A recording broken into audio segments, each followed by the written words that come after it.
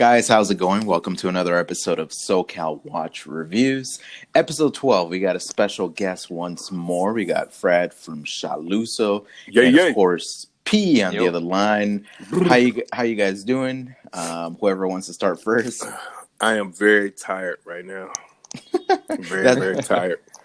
But I'm here. Nice. Well, for people listen, Fred, do your introduction now. I'll let people know. I'm sorry. Sorry to burst everyone's bubble, but it's only 8 o'clock in the evening here, so I'm not tired at all. But if it makes everyone feel better, I went to the gym for like the first time in 5 months, so I feel like a 50-year-old man right now. No offense to any 50-year-olds out there, but wow, that's crazy.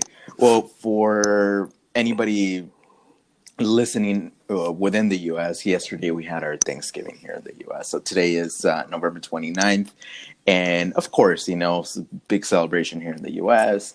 And a lot of, partying and eating and some drinking or whatever. So, I knew we were going to record this episode because of the different time zones. We have to do it early in the morning because Fred obviously is the evening where he's at. So, yeah, I went to sleep. Me personally, around 2, woke up at 6 to do this podcast. So, P, what time do you go to sleep? 3 o'clock in the morning. Jeez, what time do you wake up? About 8. So you hate us right about now, right?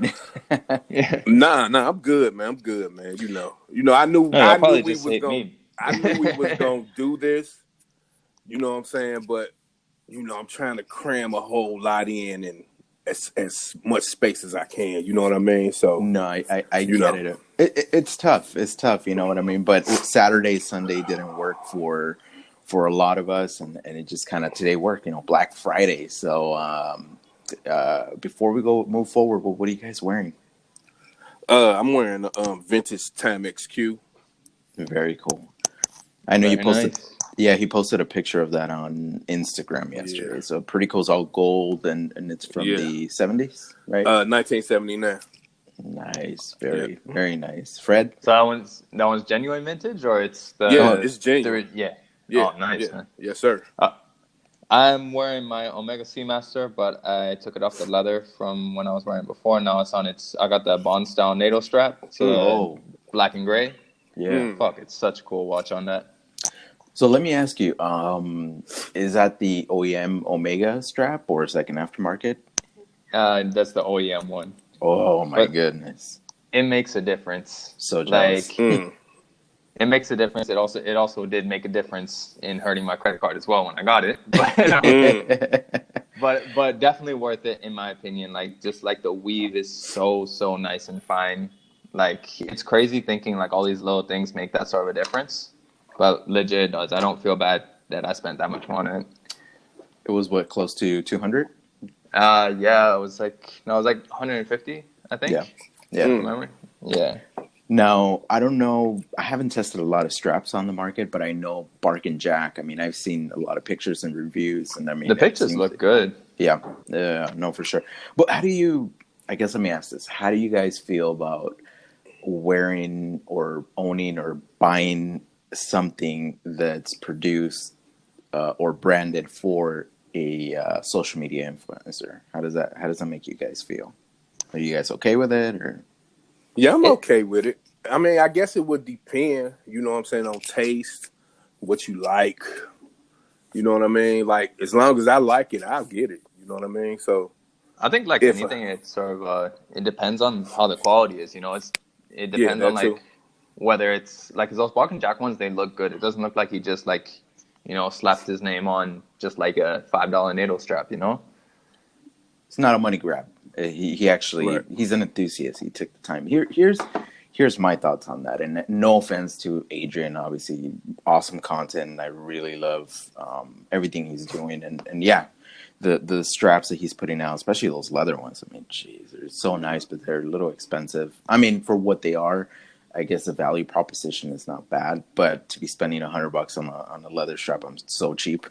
And I think I would spend $150 on an Omega NATO if I had an Omega that kind of caliber. Well, actually, I do have an Omega, but because it's an 18 millimeter lug width, I don't think they say. I've been looking for one from Omega, and I can't find one. I could only find the 20 millimeter ones. But basically, what I'm getting at is my fear, just with like with any celebrity, you buy something that has their name on it, is sponsored by them, and then that celebrity either A, goes away, or B, does something really stupid that just doesn't sit well with you, and you're like, I can no longer represent your brand. You know what I mean? And we're all human. We all make mistakes. And I know I'm looking way too much into this, but that's kind of my fear with bearing somebody's name on the strap. And I know it's something very insignificant, but if you're wearing a Barkin Jack NATO, I'm assuming you'll be proud to wear it at a watch meet or around watch people. So if, God forbid, this guy does something, whatever, then what are you going to do? You're not going to be proud of wearing that anymore unless you polish out his name. Now, again, no offense to Adrian or anything, and I'm looking way too much into this. But at the end of the day, that's kind of what we do as watch people, right? We don't just buy a watch because of the way that it looks. We also buy the company of how it speaks to us. And I guarantee that if a watch company out there was doing something that doesn't sit well with you, you probably wouldn't buy that watch company, you know? Or if you own a watch, you probably get rid of it, you know, because you wouldn't agree with it. But again, no offense on him. And I think they're super cool straps. And the reason I'm asking about a strap is because I'm wearing the Seiko Sarb. And I bought this strap from a company called Cheapest NATO Straps. They're out of, they're Swedish. I think they're Swedish. And is that the brown leather strap? It is. It is. Okay. So it looks really cool, and it feels very supple. But the quality, honestly, it's not there. But again, at the end of the day, because I do have a promo code with them, which is kind of cool. I reached out to them. They didn't want to give me any free product, but they're like, hey, if you use a promo code SoCal Watches, I believe it is, SoCal Watch or SoCal Watches, you or whoever gets 15% off. So I was like, oh, okay, cool. Oh, that's pretty cool. I don't think anybody's used it except for me. So every time that I buy little NATO straps or whatever from them, I use it, and I get them, you know, like this leather one sells for like $15-16, but I got it for like, I don't know, $10 or something. So it has a quick release on the back.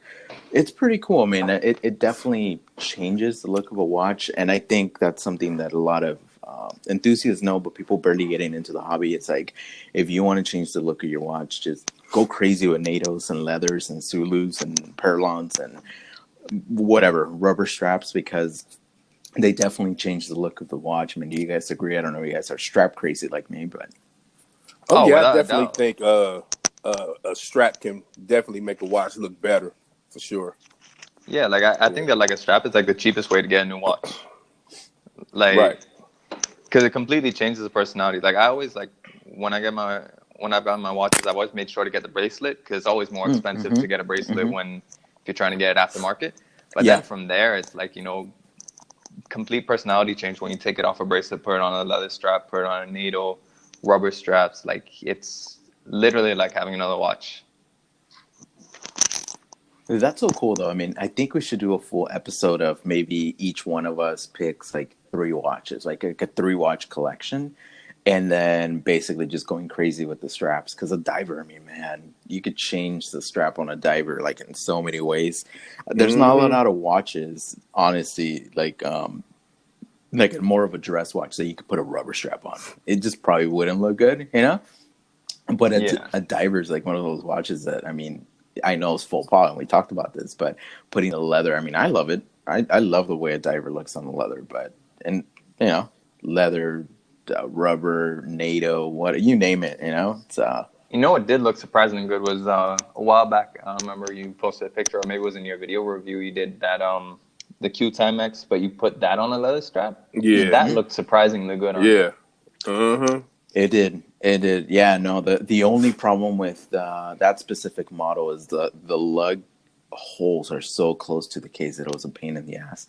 And something that didn't even dawn on me until I did my research, and I'll backtrack a little bit and tell you why. So I'm looking at another watch, right? The Q Timex is still for sale. Surprisingly, I'm selling it at what I bought it for. Nobody's biting on it. I don't know if the hype died down, and I think that Eagle one that they're selling, which is horrible, I don't think it's sold out yet. So anyway, so I'm selling this one, right, to kind of just get my money back. I'm not making a profit. I made a video with it, and I'm happy I never wore it. But I am looking into one of my grails, like really attainable grails, and that's the Bulova Lunar Pilot. Just because Bulova as a company just really speaks to me. You know, I got my first Bulova when my wife was pregnant as a Father's Day gift, and then when I met with my dad and he gave me that a watch off his wrist, it was a Bulova. So for whatever reason, that company always does speak to me, and then also has such rich history with what happened. I don't know if you guys are familiar with the Lunar Pilot, but basically David Scott and one of the astronauts, he was wearing his NASA issued Omega Speedmaster. So he walked on the moon, the crystal popped off his Omega, but before he went to the moon, Bulova actually made a special watch for this astronaut and said, "Hey, would you mind wearing this to your mission? You know, just because we want you to wear it." So they partnered up with, I forget what movement they had in there, but it was a mechanical movement. And sure enough, that was kind of his backup watch. So when his Omega failed, he used his Bulova, right, as a timekeeper or whatever. Well, fast forward to early 2000s or mid 2000s, that astronaut actually put that watch on the market. He sold it at auction for $1.6 million. And there's a bunch of pictures floating around. Super cool looking watch. So, of course, Bulova wanted to capitalize on this. So they released the Bulova Lunar Pilot. And on the back, it has an inscription about the Apollo mission and about this astronaut and kind of what it did. So people do give it credit for being a moon watch. The only reason it's not popular, in my opinion, is the sizing, because it is 45 millimeters, and I think lug to lug is like 50 something. Bulova always does this, and I kind of hate that. But it comes with the high quartz beat 262 hertz or whatever. It comes with a sapphire crystal, blasted, beat a case. It's a chronograph, and you could get it on a number of, like, either the actual strap, like stainless steel strap, or they have this special thing where it comes like in a faux carbon fiber strap, and on the side it comes with a NATO strap that actually has like the name of the mission and the date and all that. So you could pick them up. They used to be $500-600 brand new, but now you could pick them up brand new from like Joma Shop and eBay for like $300. So I found this one on eBay for like, I pre-owned for like $230 or something, with box, papers, everything. So I've been kind of talking to the wife, see if she'll get me that for Christmas or something, because I just, something about the moon and astronauts is just something fascinating to me. And it's a Bulova, you know what I mean? So what I'm getting at, and all that story just to tell you about the Q Timex and the strap changes, the version that comes, the Bulova version that comes on the stainless steel strap, for whatever reason, Bulova decided that it was a good idea to make the lug holes closer to the case. So if you get the one that comes on a NATO and that leather, and you want to interchange the straps between them, they don't fit. Really? Why they did that, I don't know. But here's the solution. So what I did, of course, I started doing my research, and I just went on Instagram because I couldn't find the answer anywhere. I went on Instagram and saw the people, because I guess the reason I was doing my research is because I'm like, I really want it on that stainless steel strap, because that's kind of something the watch guys know. You always get it on that strap, and you could just change it, because if you want to get the NATO one and then get that stainless steel bracelet, good luck. It's not going to work, and it's going to be expensive or whatever. But what I did, and this is just information for anybody listening, if you want to do research, this is another way to go about it. I went on Instagram, started looking up pictures of people wearing that one with the stainless steel strap. And I just started messaging people. I'm like, hey, question, do you ever change it to like a leather or NATO? And if so, I hear the lug holes are so close to the case. How do you get that done, And I got some replies, and one of the guys actually he gave me gold. He's like, simple. It's difficult to do it with the regular springs, but what you do is you get the curved springs. You put them on, and it gives you that clearance. I was like, oh, something so simple that I didn't think about. Yeah. So now I know, and people out there, that's something you can do for the Q Timex, because the lug holes are so close to the case. Just get curved spring bars. They're on eBay. I looked them up. They're like $2.50 for some cheap ones, or you get more expensive ones. But that's it. I mean, guys, this hobby doesn't have to be expensive.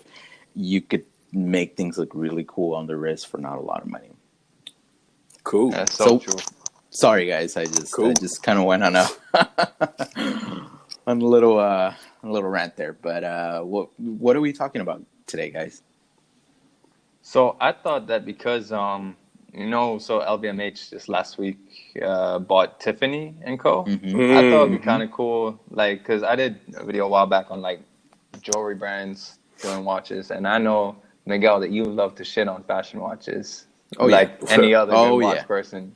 So I thought we should talk about fashion watches. I thought that would be a fun little topic to get some discussion on. Please, Miguel, enlighten us with how much you love fashion watches. Well, I think before we move forward, I think maybe we should define fashion watch. Like, what is? We're all gonna have different opinions. So what is a fashion watch to you guys? What makes a fashion watch? For me, a fashion watch, they do. I mean, I guess it's a gray area there when I think about like Cartier, but a fashion watch to me is they do more than just watches. They may do leather goods, they may do shoes, they may do this, they may do that. You know what I mean? And stamp their name on a cheap quartz or a mechanical movement. You know what I mean? And sell it for high dollar. Me personally, I have a number of fashion watches. Because I'm a bag guy, and it used to be when I would wear my Coach bag or my Coach wallet, I would wear my Coach watch. You know what I mean? Or if I wore my Michael Kors bag, I would wear my Michael Kors watch.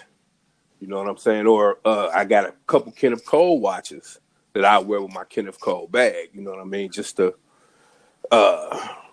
just to coordinate, like John Witherspoon said. You know what I mean? Got it. So that's where I'm. I have a few fashion watches. I'm not gonna really shit on them because I think that's the gateway into people getting into watches. You know what I mean? For me, it was like back in the day, I was always a Timex guy. And then I start fooling around with the fashion watches, and I start fooling around with other stuff. You know what I mean? So I was like one of them guys that through fashion watches start really getting into watches like that. So that's where I'm at with it. Got it. Fred?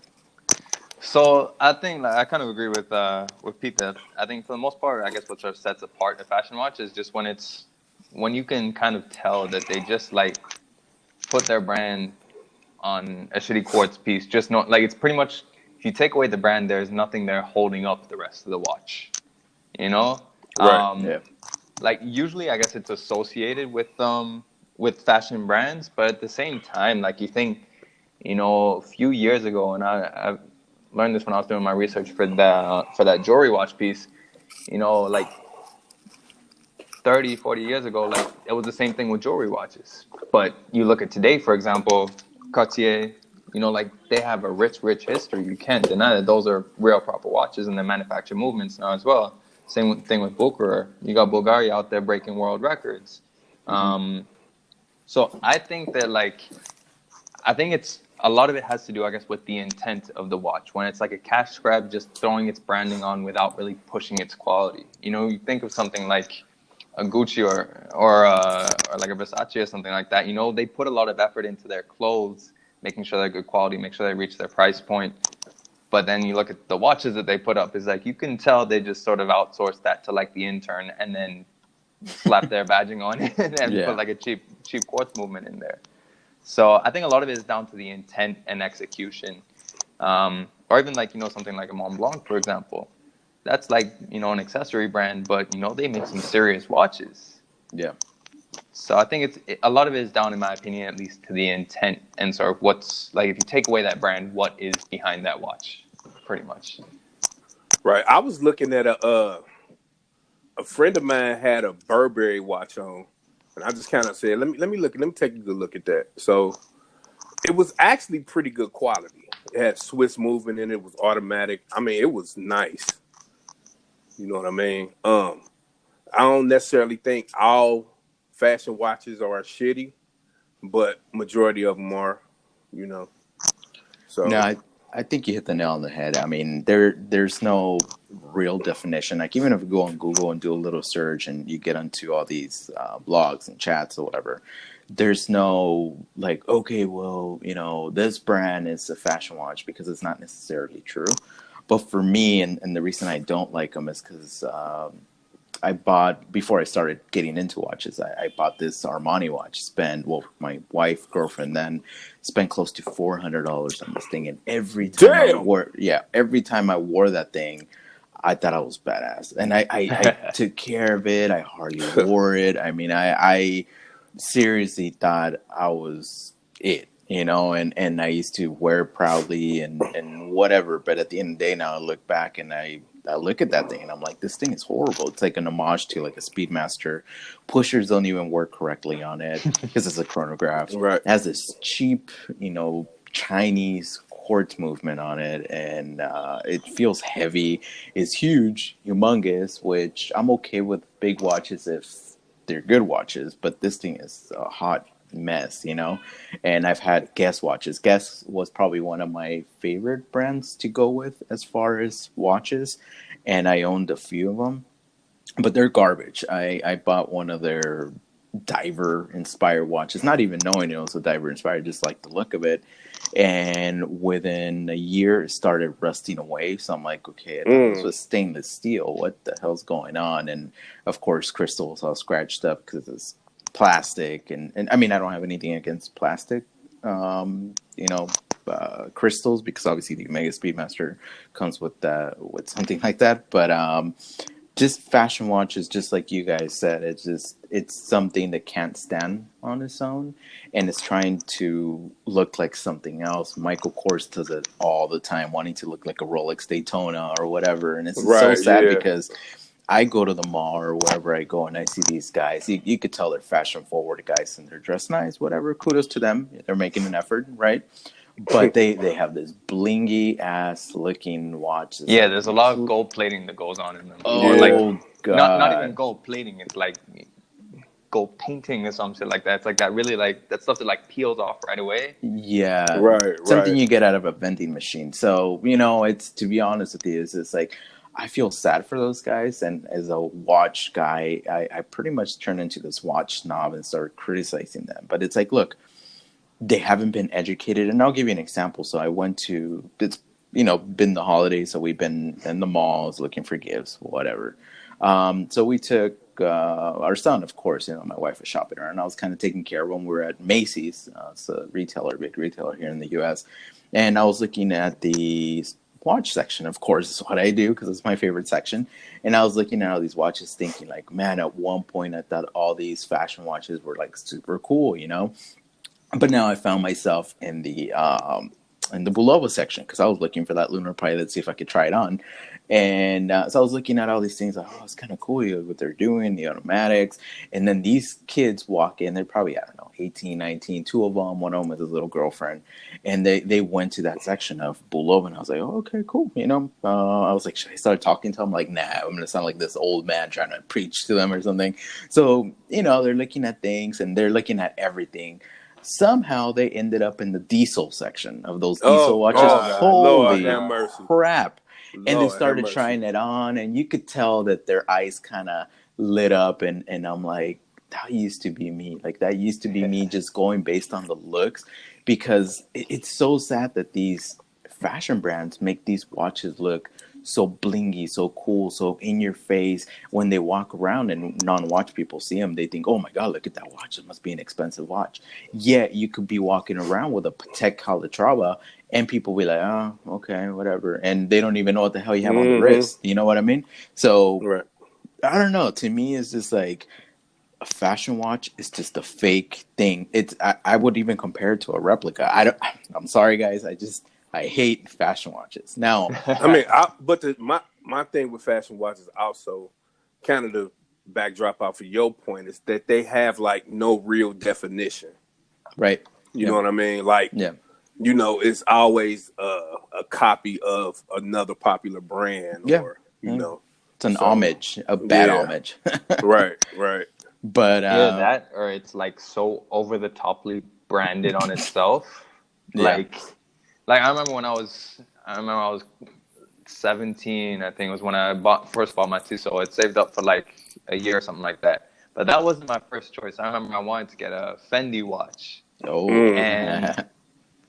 and it cost roughly the same. But I remember it was just covered in the Fendi F's, which looked great on the belt, looked great on the wallet. But like I was like, fuck yeah, I gotta get this.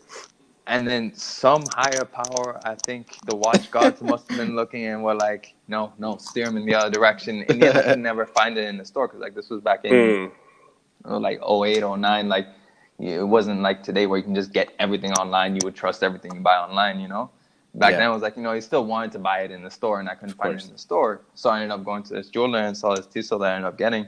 But I just remember how over the toply branded it was. It was fucking crazy. It's like they use the same idea that works on clothes, but it doesn't quite translate to watches. Yeah. And then on the inside was probably some, garbage quartz movement. But that being said, we have talked a lot of bad things about fashion watches. I do want to point out there are actually some really good fashion brands that make good watches. Of course. Because Chanel, they actually, with that ceramic watch they do, the J12, that actually has an Audemars Piguet movement in it. It's like the complete polar opposite of what we've been speaking about. It's like they fucking just lifted didn't Chanel just win they won a prize, right, at the Grand Prix or whatever that. And the GPHG. GPHG, yeah. They won something, right, for like the women's category. It was in the women's section. And then also last year, apparently they bought a stake in FP Journe, which again, it's like they're putting their money in the right place. So wow.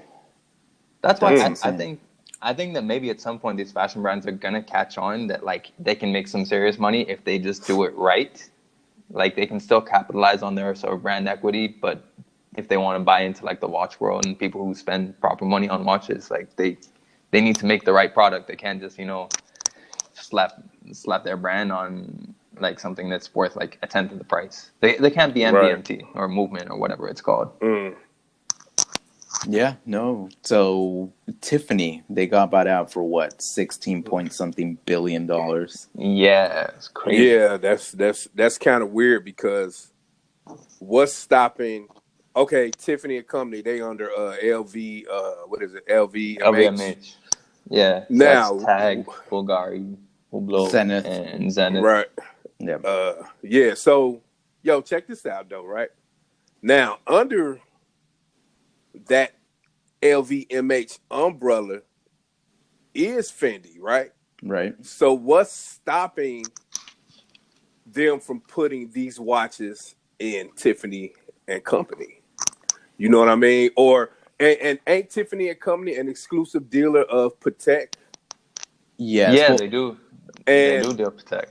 And if they put Tag, Zenith, and Hublot in these stores, right, with the Tiffany and Company stamp, what makes that stamp special when Patek was the only one that had it? Because what I understand, Rolex was out, every other watch house was out except for Patek. Well, the main, if you look historically, if you look at all the partnerships they had, actually, Tiffany had Swatch back in the days make their watches for them, and they sued each other, didn't they? Right. It didn't end well, but basically what I'm getting at is that they I think told them like, hey, you need to kick everybody else out. You can't be selling anybody else. But Patek, I think, kind of did well with them, and it was okay. I guess the bigger question is Patek still going to be sold to Tiffany? Because now that LVMH is going to be basically selling their watches at Tiffany, wouldn't that be kind of competition? That's the bigger question. If they do that. That's if they do that. Like one question I have is, are they gonna push the other LVMH watches through Tiffany & Co, or are they gonna improve the Tiffany & Co watches? Because like Tiffany & Co makes its own watches as well, in addition to the co-signed Pateks. But like it's ranges from like some of them they're like the sort of just basic quartz ones to others that I think have like like Solida SW300s or Valjus in them. Like they're okay, but it's like it's not the first place you look when you want to buy a watch. So my question is, are they going to try and push up the Tiffany & Co. ones? Or are they going to try and maybe start putting in some of the other LVMH brands into the Tiffany & Co. Stores to try and, like, you know, get those guys who are there shopping with their girlfriends and wives and stuff to, you know, pick up something for themselves while they're at it?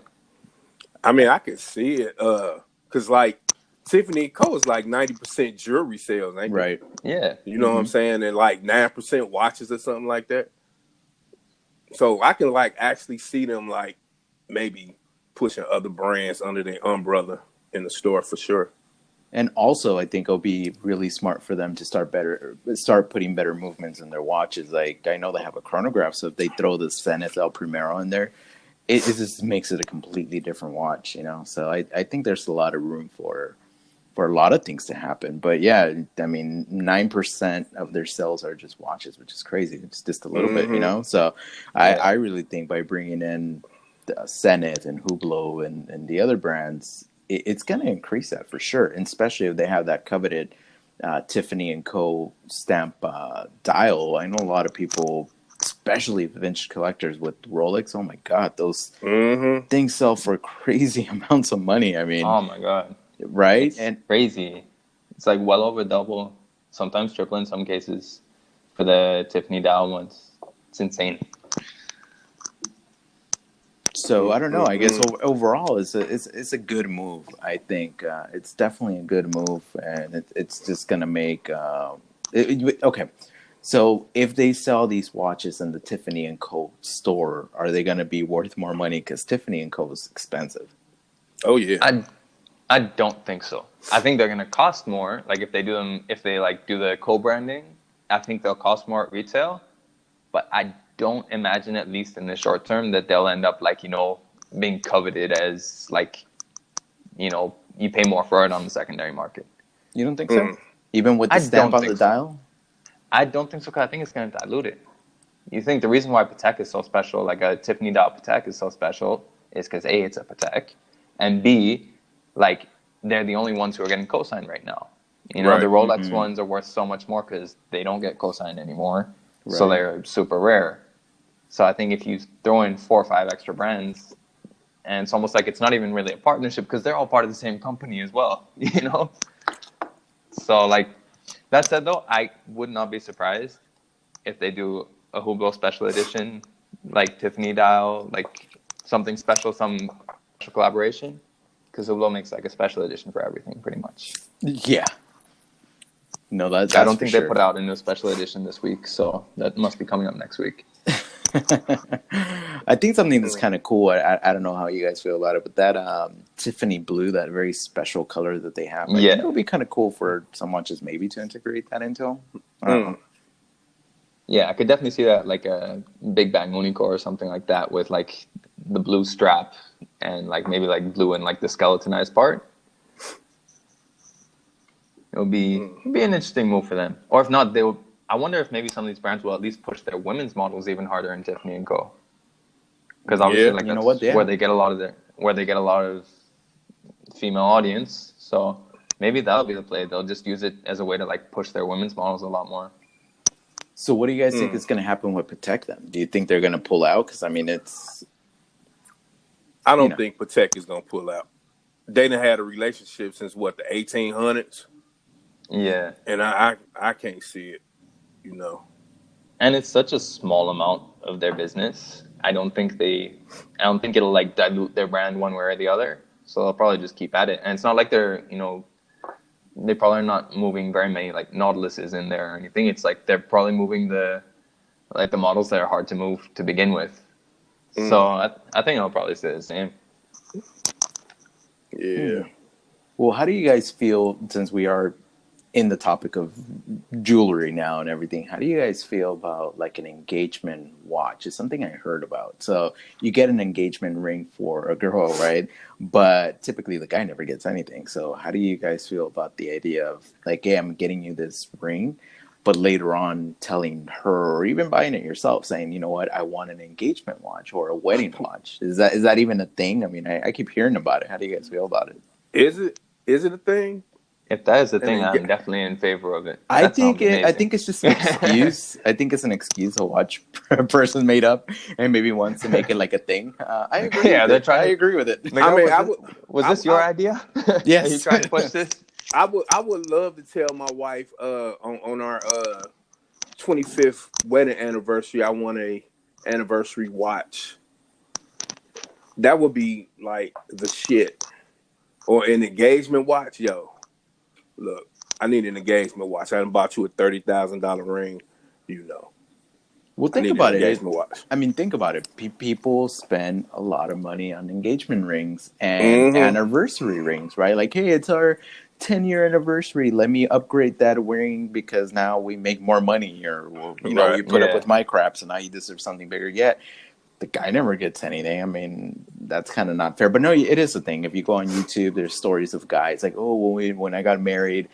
Typically, it's mostly when they're married, not so much when they get engaged. But yeah, a lot of it is like they get it like for their wedding. For the wedding and stuff. But I think that's them getting it themselves still. Yeah, of course. the girl ain't gonna get you anything. And if she is, she'll get you a Michael Kors. So. Oh, God. That's true. That's another thing. Would either of y'all let your wives pick your watch for you? Like, do they know your taste already? No. No, I wouldn't let my I wouldn't let my wife. No, she could buy my clothes, but my watch, no. I mean, I think by now I'm very my watch and my sneakers she can't touch though. Well, I mean, me and my whole being so negative about fashion watches. I think my wife pretty much knows that I'm pretty negative about it, and I'm very vocal about the things that I want because I drive her crazy, and I'm always like, my girl is this, and my girl is just to the point where she just doesn't care anymore. But no, still, even if she knows the brand of watch that I like, I don't think I would let her pick it blindly just because a watch is such a personal thing. You know, I think if you're just getting into watches and somebody picks something for you, then it's different. But as watch guys, we all know you gotta have. So let me ask you this. If your lady say, well, let's say it's Christmas or let's say it's your anniversary and she buys you a fashion watch. Oh my God. What do you say?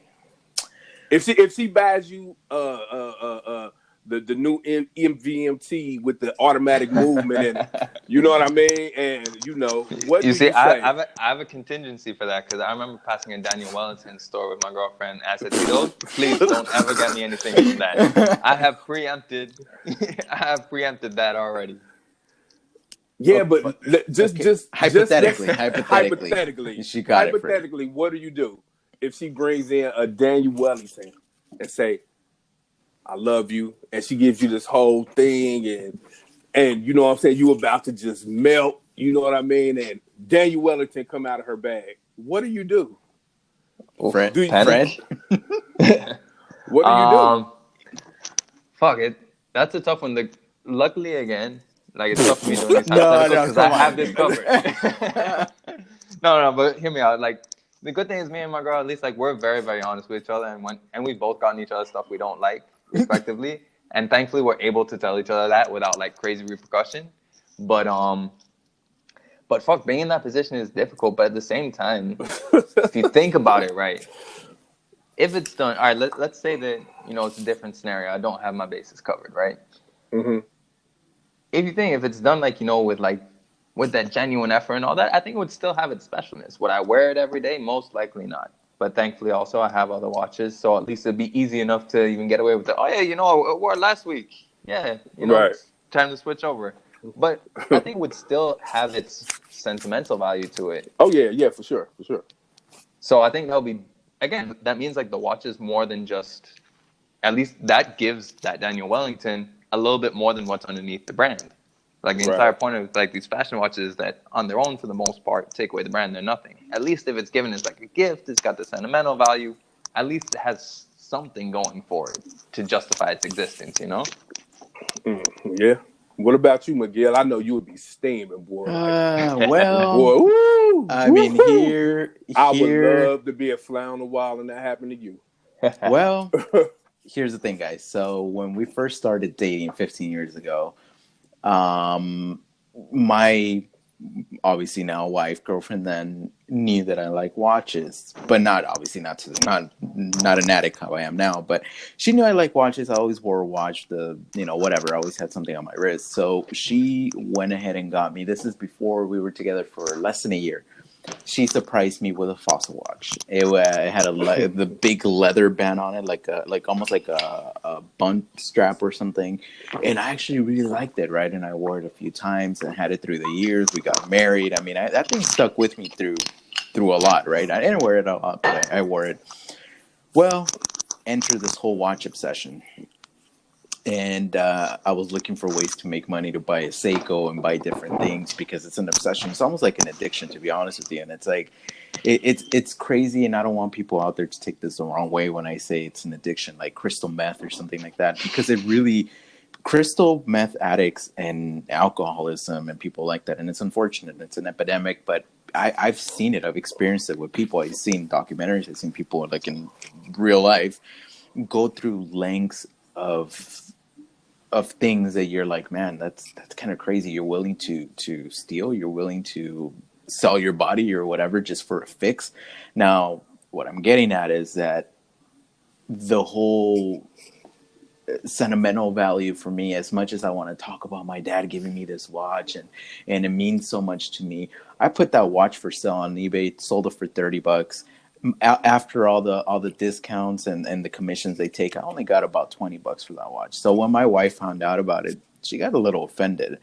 And I just told her, I said, well, look, it's always going to hold a special heart in my heart because of you giving it to me. But at the end of the day, it's just been sitting in a drawer. And I'm never, ever in my life going to wear it. So I'd rather take that money and buy something that I'm actually going to wear. And I know what funded that watch. It was you. You know what I mean? And same could be said for my mom.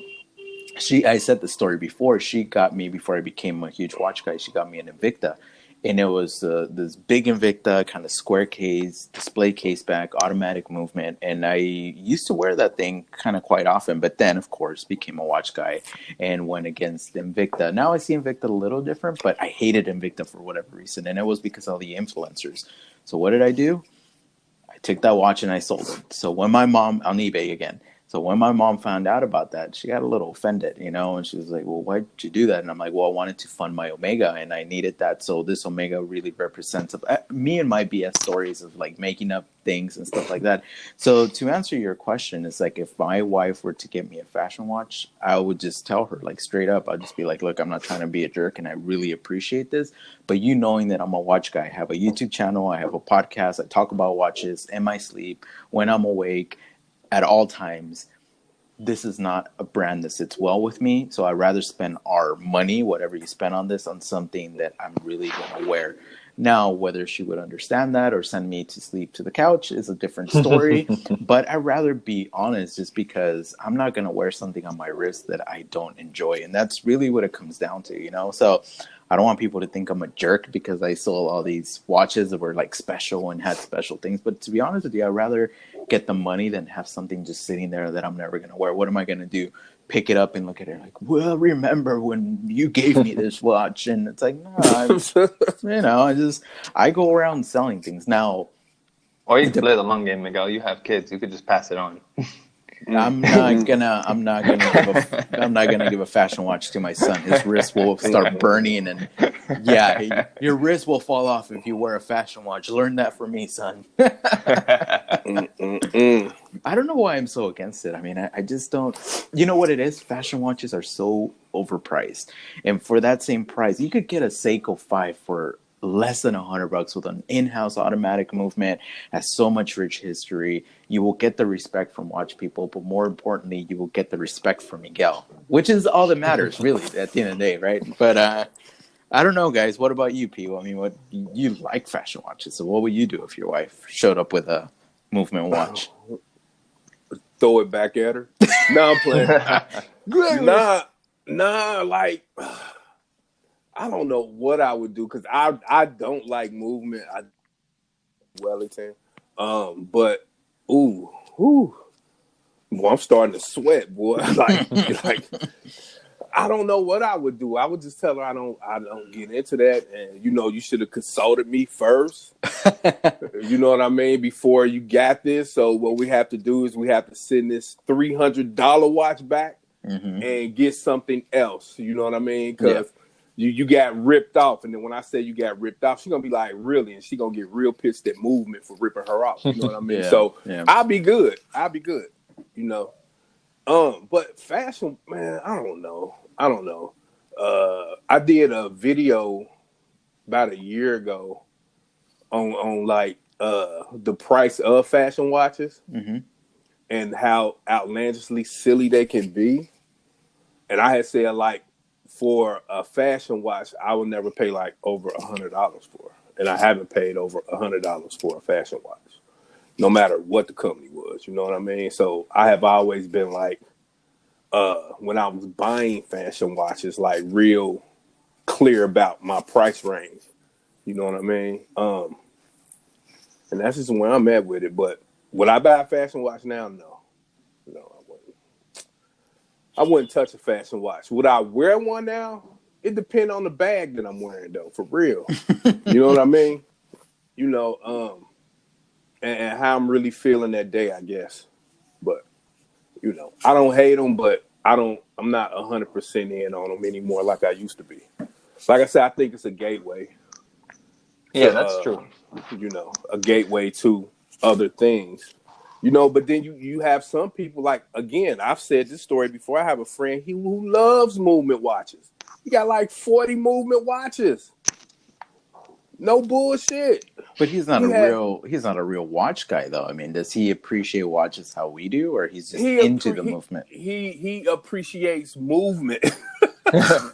You know what I mean? And if he like it, I love it. Like, I can't dispute what his tastes are.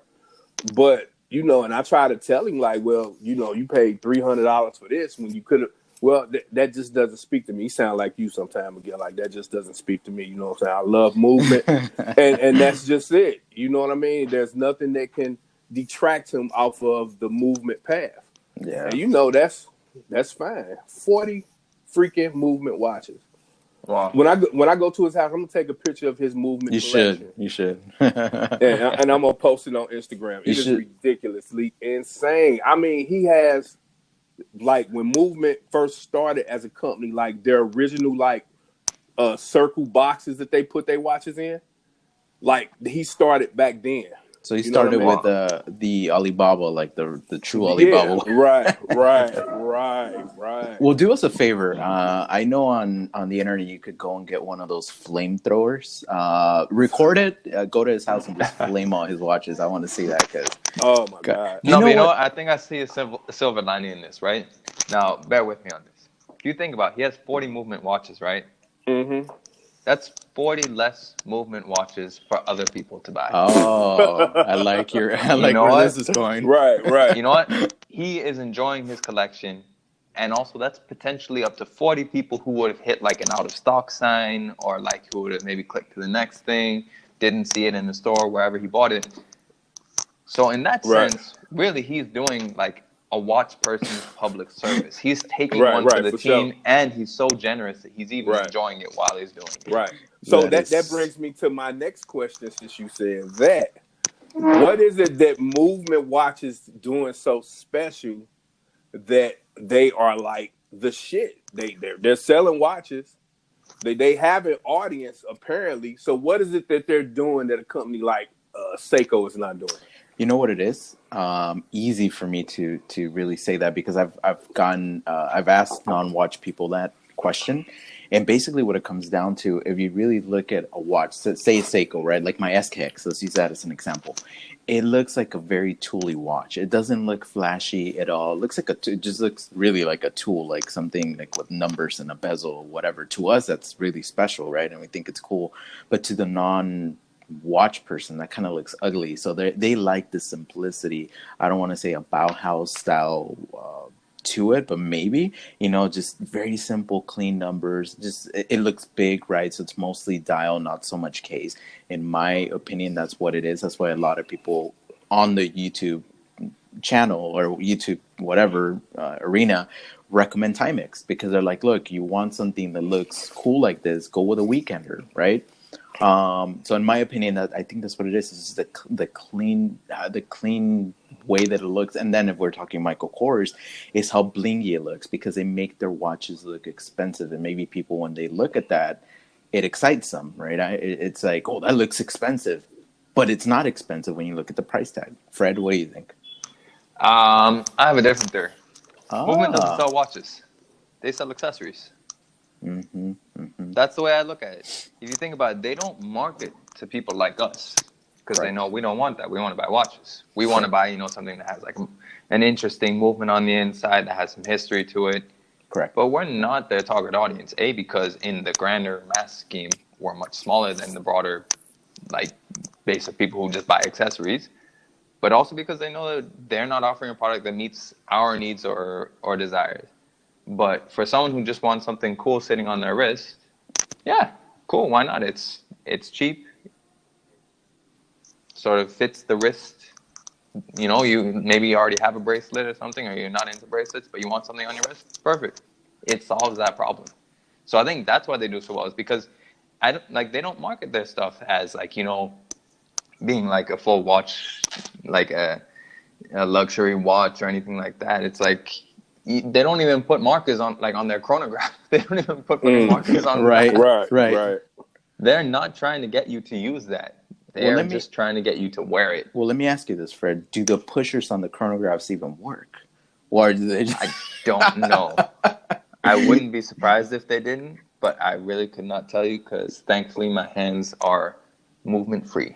I've never touched I'll be a movement in my life. I'll be seeing this guy this weekend, so I will let y'all know if the chronographs work, if everything is legit. I'll be seeing him this weekend. So that's so funny. Well, you know what I mean. That's something that gets me, and it's I sound like a bitter old person that everything makes me angry. But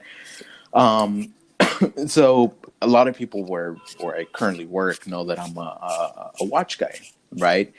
But again, people that are not in this hobby, when you say watch guy, they compare you to other people. So we hired this new guy, right? Not so long ago, a few months ago. And apparently the guy wears watches. He wears some big fashion Michael Kors. I mean, everything we're talking about, that's what he wears. No disrespect to my colleague. Hopefully he's not listening. But so anyways, my boss goes, "Hey, Miguel, I think you're gonna get along with this guy really good." And I'm like, "Oh, why?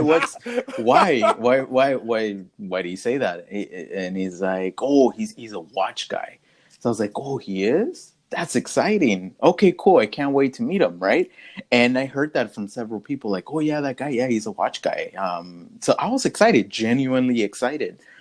I met the guy, saw what was on his wrist, didn't even bring up watches. And then working, alongside him for about a week and a half, 2 weeks, I noticed he did have a lot of watches, but they were garbage, everything. So I didn't even bring it up until later on when we started talking a little bit about things. I'm like, "Hey, so you watch?" "Oh yeah, man, I love watches. I change them all the time." I'm talking like he's black. He's Hispanic. I'm sorry, P. But anyways, oh my God, Lord have mercy. So he's talking and this and that, and I'm like, "Oh, okay. So what is it about those watches you like? What kind of movement and does it have in it?" And he just looks at me like a deer in the headlights, and I'm like, "So you're into watches?" But he's like, "Look, man." He's like, "I'm into watches of the way they look. They just look cool and it goes with my outfit. That's it." He's like, he told me straight up, he's like, "You're in a completely different nerdy level of like watches that I'm never going to be in." But what I'm getting as a non-watch people saw him and I in the same kind of platform, right? Compared us. And it's like, no, we're not. And it pisses me off because it's like, man, like you don't even understand. Like we're not in the same level, and it has nothing to do with money. I'm sure one of his gold-plated watches probably costs more than my Seiko. It's not about that, So it really irritates me. I'm sorry, but that's why I'm telling you, it's their accessories. I'll give you all another example. I used to be mad into belts, right? I think at one point I had like 8 or 9 different belts, like all from like different designers and all that. But if you ask me, oh, what sort of leather was this, or like what's the name of this type of stitching, I would have no fucking clue. I like the way they look because to me they were accessories. It was a accessory class that I liked, So I think that's what happens with your coworker, for example, that that's just his accessory of choice. Yeah, it's not that he's an enthusiast. He just really likes that as his accessory, and we know as guys, let's face it, we're kind of limited. In terms of the accessories we've got, watches is one of them, so in that sense, I can kind of see where it comes from. And I think that's why companies like Movement do well is because they are not selling watches. They're selling accessories. Right. Mm-hmm. So guys, we're quickly approaching an hour here. I don't know if you guys want to talk real briefly about the Oris watch, the Star Wars edition. I don't know if you guys saw it, but yeah, I saw it. Yeah. Oh man, what'd you guys think? It's all right. I don't know. I feel like Star Wars branded stuff never really hits the mark, except for like toys. I feel like whenever they try and do Star Wars cross branding with anything, it never really captures it. I really get offended though, because I'm a big Star Wars fan, and I be expecting this big elaborate Darth Vader. You know what I'm saying? I tell you which watch Darth Vader would wear. The Omega Black, the Dark Side of the Moon. Ooh. The black ceramic one. Mm-hmm. That would be his watch. What about the Stormtroopers? Or I'm sorry though. What's it called now? Stormtroopers. Those white guys. What are they called? Stormtroopers. Oh, they are. Oh, I'm sorry. Yeah. Damn, Miguel. That's how much I know. It's early in the morning. Give me a break. What are these going for? You know what? They're limited edition, and there's two of them, right? So there's the black one for Darth Vader, and there's the kind of all stainless. I think is it white? And it's all stainless steel, and the bezel is white with black. But yeah, they were going for. Oh crap! I don't even know. I'm on their website, and it doesn't say because they're limited edition runs. I mean, it's not a lot of them, but I want to say like in the $2,000 range. It was 250 pieces. I mean, it wasn't much, but. I think they're pretty cool. I mean, yeah, if you're a big Star Wars fan, then they are right. If I'm honest though, I don't think Darth Vader would be a watch guy. Like he's probably got the time in his helmet. Right. You know who I think would be a watch guy would be Emperor Palpatine. He looks like the type of guy who would have like a Patek or something like that. What about Chewbacca? What kind of watch would Chewbacca wear? Oh, Chewie would. Oh, it's that. It was that one you were telling me about, Miguel, the Mudmaster. Like something really rugged and like G-Shock. Yeah. So I can see Chewie rocking one of those. So who would be wearing that Richard Mille? Han Solo. Star Wars. Han Solo. Yeah, I could see that. Han Solo. I feel like Han would have I think he'd have a Rolex or maybe an IWC. He's a pilot. I feel like he'd still need some utility to it. I think. But see, not only Lando, I think would have a Richard Mille. Right. Yeah, but Han Solo was also a smuggler, so he would have several pieces from Rolex to Patek up under the hood of the. That's true. He'd be the black market dealer. Right. He'd be like smuggling watches in those little hidden compartments. Right. So here's a big question: who would be wearing the Invicta? Luke. Luke. Because if you really think about Star Wars, like in A New Hope, he had no clue about what was going on. You know what I mean? But I think gradually, as the Force came to him, he would understand more about watches. Yeah, he was still loving Victor, but you know what I'm saying? He'd be like, yo, I want an Omega now. You know what I mean? So, yeah, Luke, absolutely.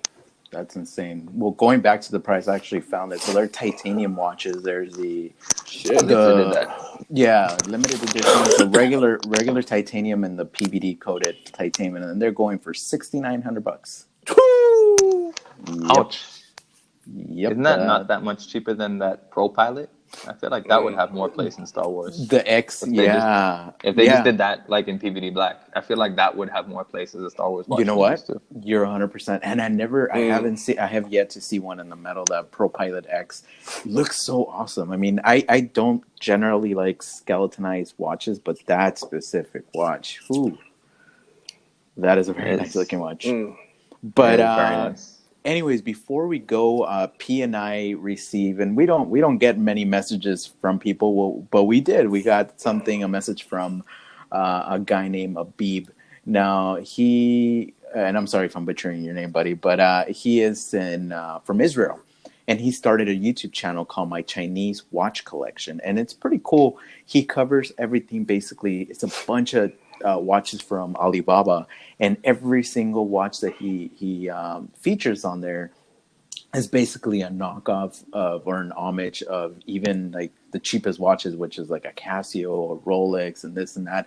Me personally, I don't like homage watches, but again, I could respect people that wear them, and this guy really is a watch guy, and he's putting an effort and really trying to make his videos look very good. He has almost 400 subscribers, I think, on YouTube, and he just started. So kudos to him. And anyways, he sent us a message basically saying, I really enjoy you guys' podcast.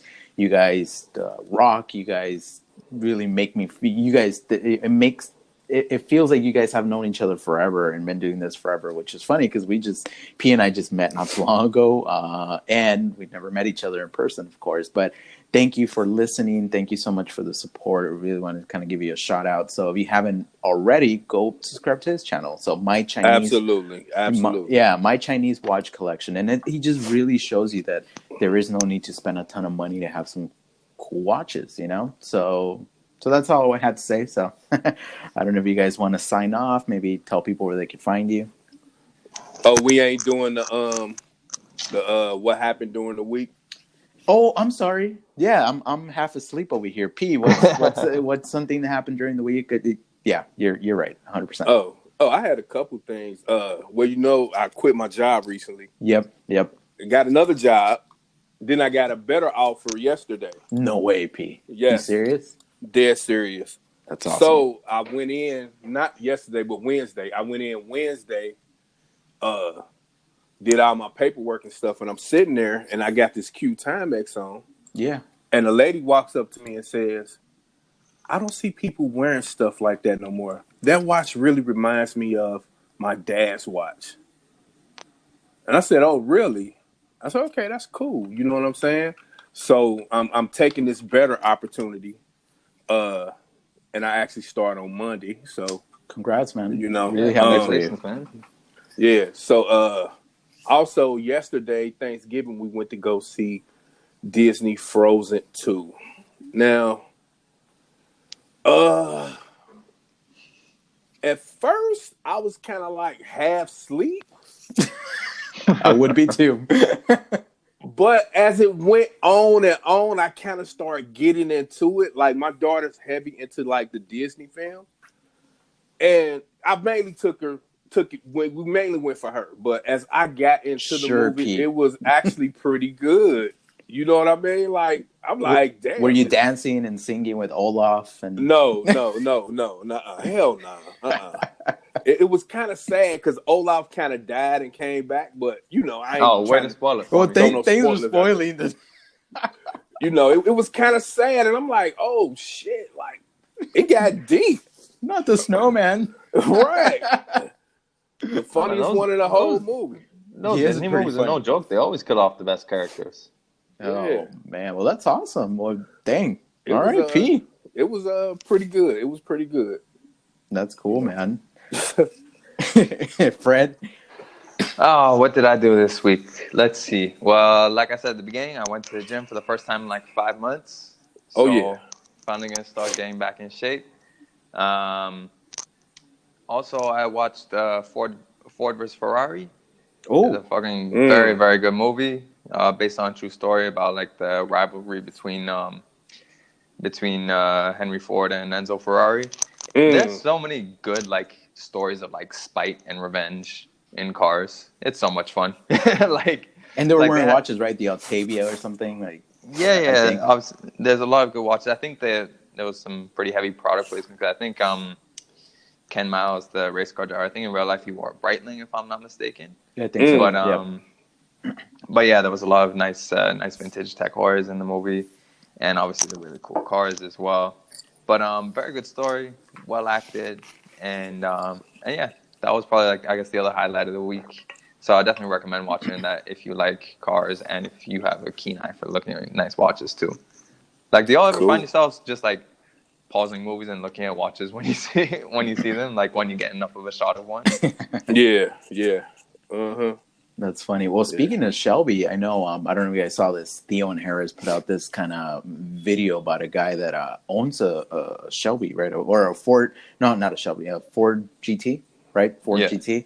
And it's pretty cool because they had him on like part one. He talked about his watches, his watch collection or whatever. But the part two, because of the movie that kind of tied it in, they talked about his car. And then at the end of the movie, at the end of the kind of video or whatever, he gifted his dad with an IWC watch, and it's really cool, very very kind of moving. And you're like, man, that's cool. But then you think back, you're like, whoa, wait a minute, how much money does this guy really have? I mean, crap, he's driving a car like that. His watch collection is heavy, and he's gifting his dad just randomly, just because, hey, Dad, I love you. Here's a brand new IWC. I'm like, crap, I wish I could do stuff like that.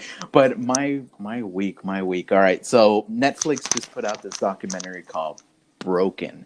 Pretty cool. It kind of dives into replica makeup, and then another episode they talk about the plastic industry, how fake it is, like the whole recycling, and there's vaping. So I haven't gotten into those. I got into the makeup one, which I was pretty intrigued by, because I was like, all right, well, I wear makeup every day.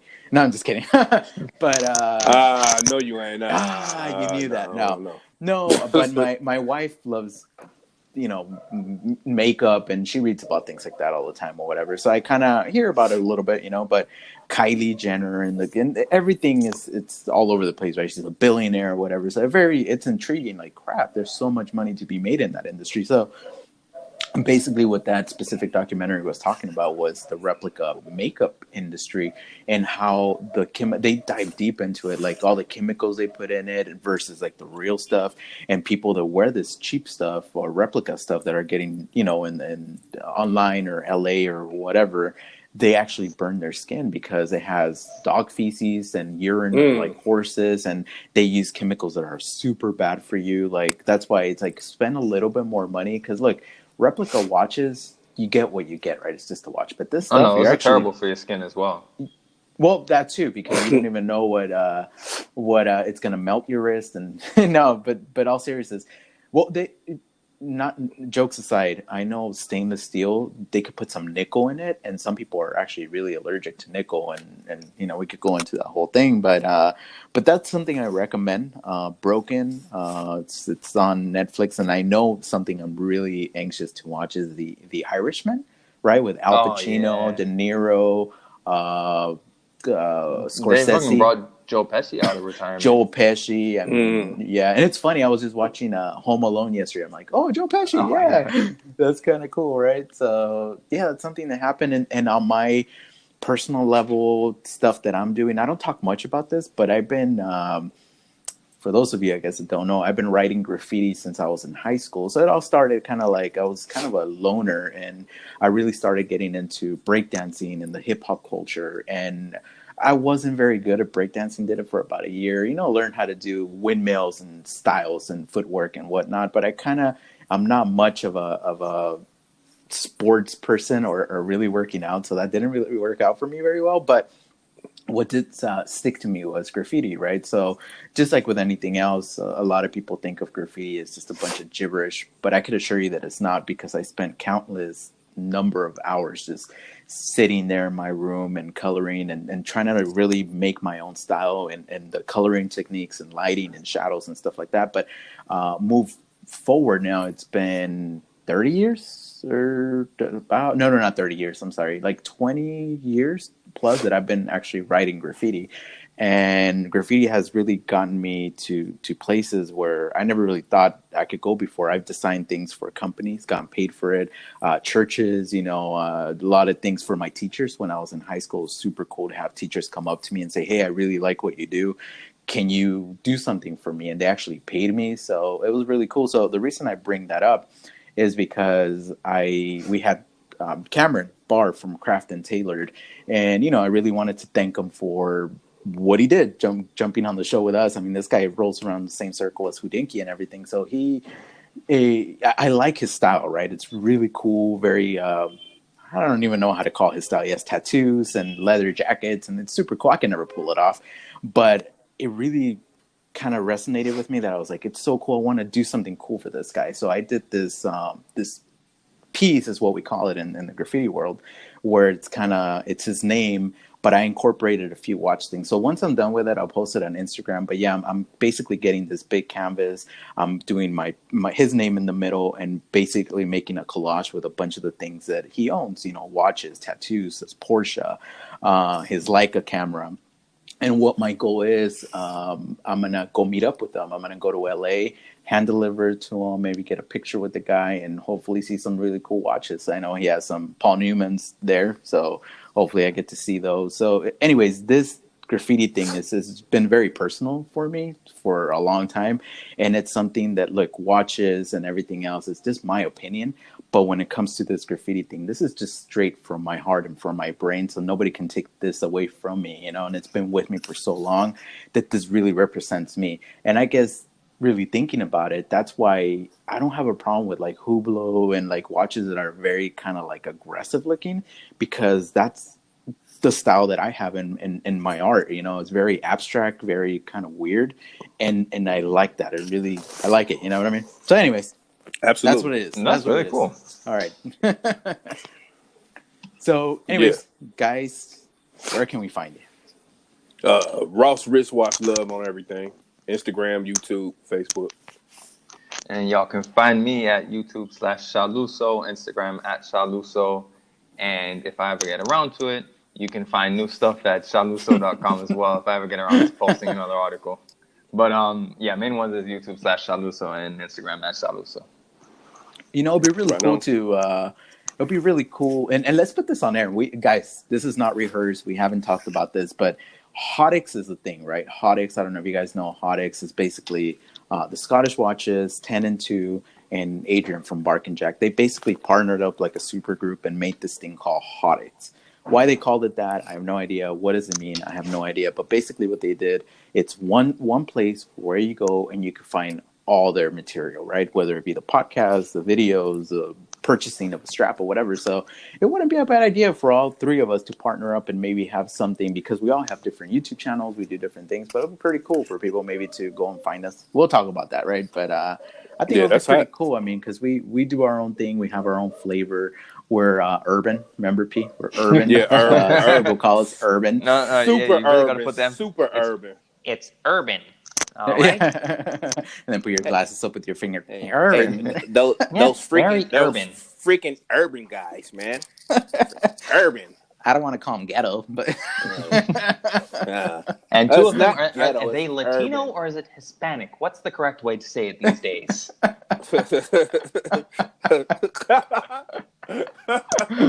Oh man! All right. Well, the shade is real. All right. Who was it again that called y'all urban again? It was our boy Everett. Say his name. Say his name. Everett from 40 and 20. I think that was pretty funny. I have to get on my Tupac shit. Damn. Say his name. But all right, guys. Well, this has been actually really fun. Man, we could be like the new urban gentry. Shit. The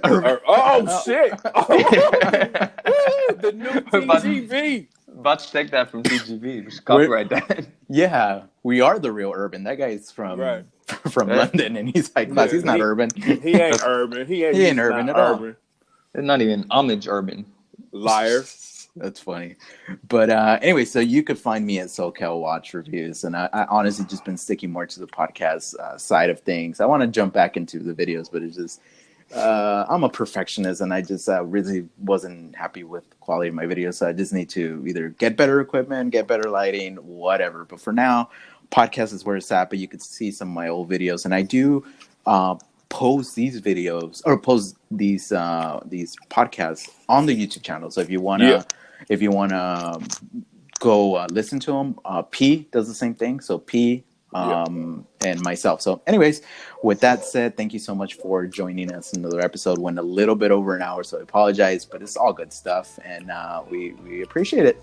So guys, thank you so much for listening, and take care, and remember, stay humble.